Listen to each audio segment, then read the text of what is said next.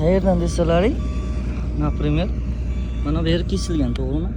Qaranglar, yorilgan, trishina berilgan. Ko'rasizlar? Endi bu bittasidan emas, hamma har bir kesilgan joyda trishina berilgan. Mana ko'rasizlar, mana bunda ham bor. Mana qolganlarda ham bor. Bu narsa nima uchun qilingan? Bu narsa nima uchun kesilgan? Agar buni kesmasak edi, o'rtasidan yorilishi mumkin edi.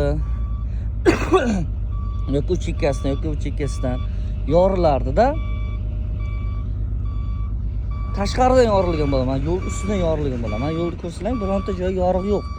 O'sha kesganimiz evaziga va o'rtasida yorug' yo'q. Erta bir kun bu yo'lda ishga tushgandan keyin og'ir yukli mashinalar o'tadi, katta texnikalar, ko'p texnikalar o'tadi bu yerdan.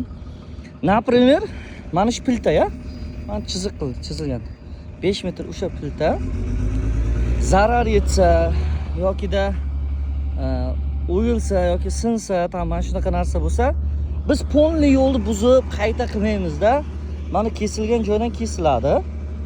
Mana shu pilta shunday olinadi-da, olingandan keyin kesilgan joyda o'rtasida mana drillga o'xshagan drill bilan teshib, armatura tiqiladi-da, o'sha yerda o'zini to'g'rilab qo'yiladi shunaqa. Keyin bu rezin ham ustiga suv chiqqanda, yomg'ir, qor yoqqanda suv ichkariga kirmasligi uchun tashqariga oqadi va bu amortizatsiya vazifasini ham bajaradi, bilsalaring. Mana shunaqa. Endi qo'ldan kelgancha tushuntirishga harakat qildim. Xudo xolasa bitta yaxshi o'tsa, chotki video qilaman. O'sha mutaxassis bilan video qilaman.